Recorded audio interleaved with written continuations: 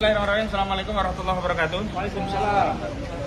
Kami perlu update apa yang terjadi sejak semalam hingga pagi tadi di tahanan titipan Polda Metro Jaya dan akhirnya jelang tahap 2 pelimpahan tersangka barang bukti dan juga berkas perkara terhadap klien kami Roy Suryo di Kejaksaan Negeri Jakarta Selatan. Perlu kami tegaskan ulang kepada aparat penegak hukum khususnya institusi kepolisian bahwa dalam proses tahap 2 tidak ada satupun pasal di dalam KUHP baik yang lama maupun yang baru yang mewajibkan dalam tahap 2 itu ada tindakan penahanan. Sekali lagi, tindakan penahanan hanya bisa dilakukan jika ada unsur subjektif maupun objektif dari penyidik, yakni berupa adanya alasan kekhawatiran melarikan diri, kekhawatiran menghilangkan barang bukti, atau kekhawatiran melakukan tindak pidana lagi. Dan urusan-urusan yang subjektif ini telah dikonfirmasi oleh penyidik tidak ada. Dengan dibuktikan apa? Sejak awal status tersangka baik Roy Suryo maupun Tifauzi Atiasuma itu tidak pernah ditahan. Itu mengkonfirmasi bahwa memang tidak ada kekhawatiran atas keduanya untuk melarikan diri, menghilangkan barang bukti atau melakukan tindak pidana yang dituduhkan.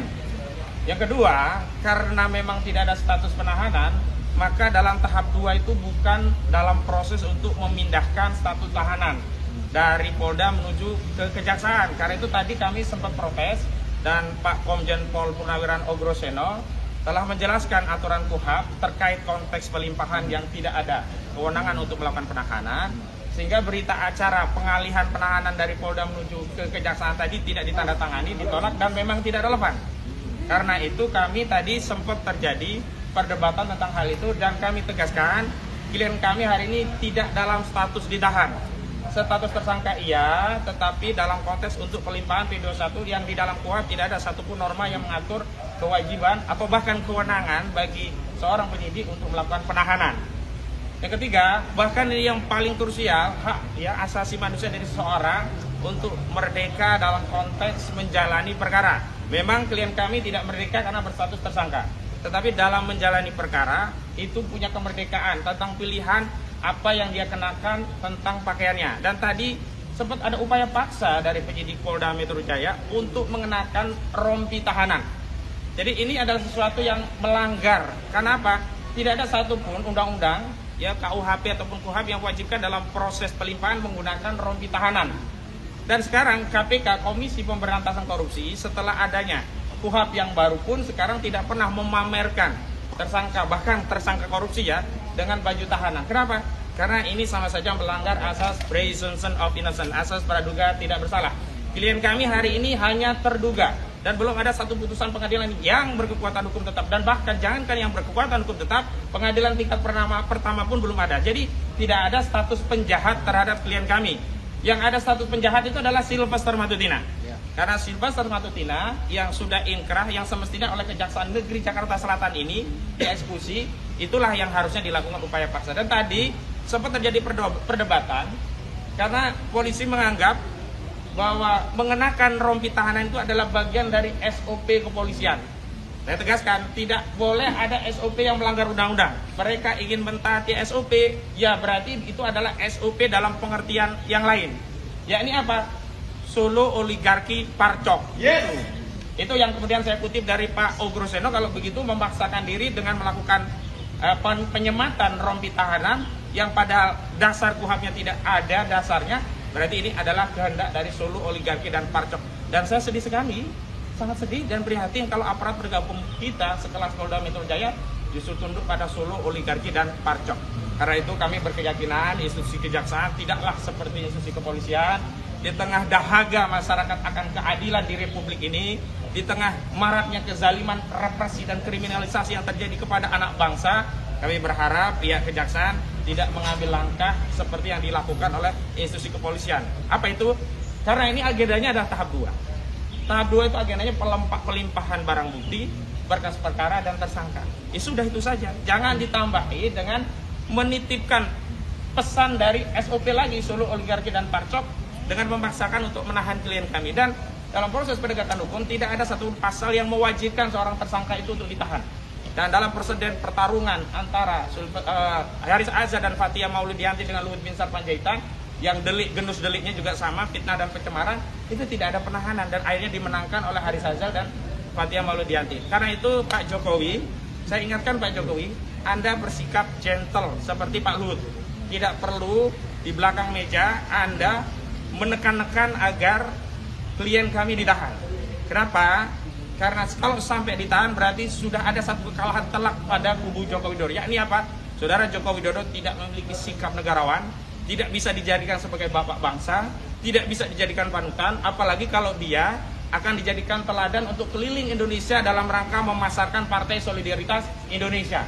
Lalu apa yang mau kita harapkan dari sebuah partai jika teladannya justru tidak punya sikap negarawan, tidak bisa menjadi bapak bangsa yang ngemong seluruh anak bangsa meskipun punya pandangan berbeda. Jadi saya harapkan sebagai seorang yang bersikap negarawan itu menganggap semua anak bangsa itu anaknya. Kalaupun ada yang nakal tetap saja itu anak kita, bukan musuh kita. Tapi hari ini saudara Joko Widodo telah mengumumkan bahwa yang berbeda dengannya dianggap musuh, bahwa yang berbeda dengannya itu harus dikriminalisasi, dipersekusi, bahkan hari ini direpresi dengan status tahanan.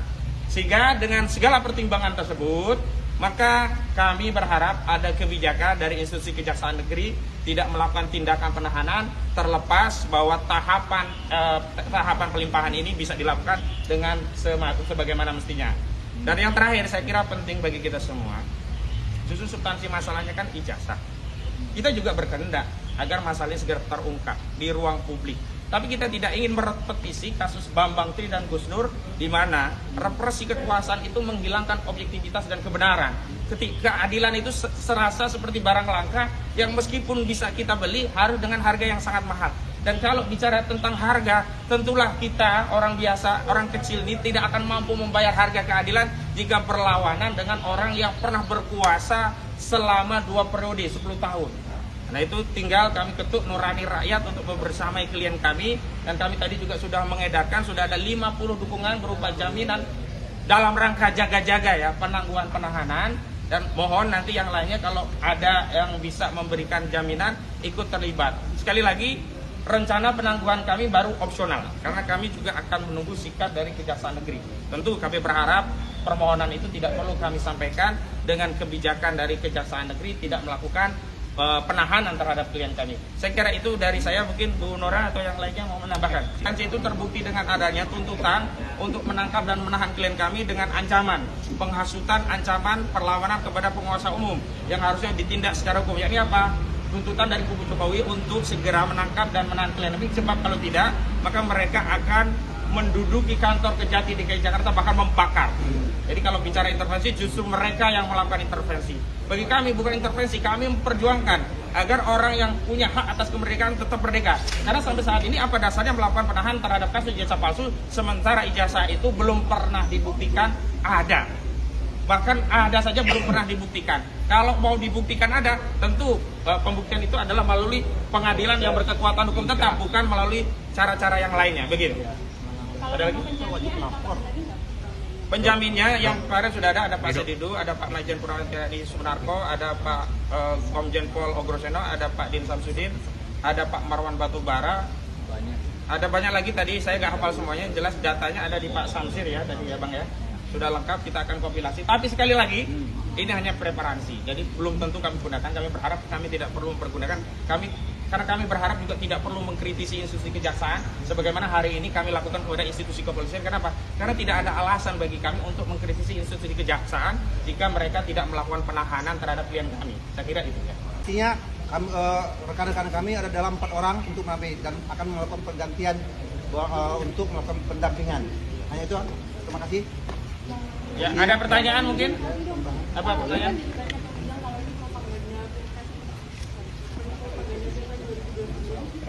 Untuk? Oh, kalau dari kami tidak ada yang berafiliasi dengan partai politik dan bahkan klien kami tidak ada yang bersatu sebagai anggota partai politik atau setidaknya nyalek dari partai politik atau setidaknya mereka hari ini menjadi kader partai politik. Justru Saudara Joko Widodo hari ini adalah orang yang akan dinobatkan sebagai Ketua Dewan Pembina dan sebentar lagi akan dikenakan atau mengenakan jaket PSI. Jadi kalau ada yang menuduh kami propaganda politik, justru kami berbalik. Motif politik apa dari kami? Justru kalau ini politiknya dari Joko Widodo ingin tetap agar namanya menjadi pusat perhatian media sampai 2009 untuk dikaitkan dengan elektabilitas PSI, mungkin saja itu terjadi, tetapi tidak pada kubu kami yang selama ini memang fokus untuk membela rakyat, untuk mengungkap masalah ijazah palsu ini, sehingga tidak ada lagi legacy yang hitam kelam yang kita wariskan kepada anak bangsa generasi selanjutnya, sehingga kita sebagai orang tua nanti bisa memberi jawaban kepada anak cucu kita apa yang terjadi pada pertiwi kita dan perjuangan apa yang sudah kita lakukan untuk membersihkan legacy berbangsa kita. Subscribe, share, like, and comment. Subscribe, share, like, and comment.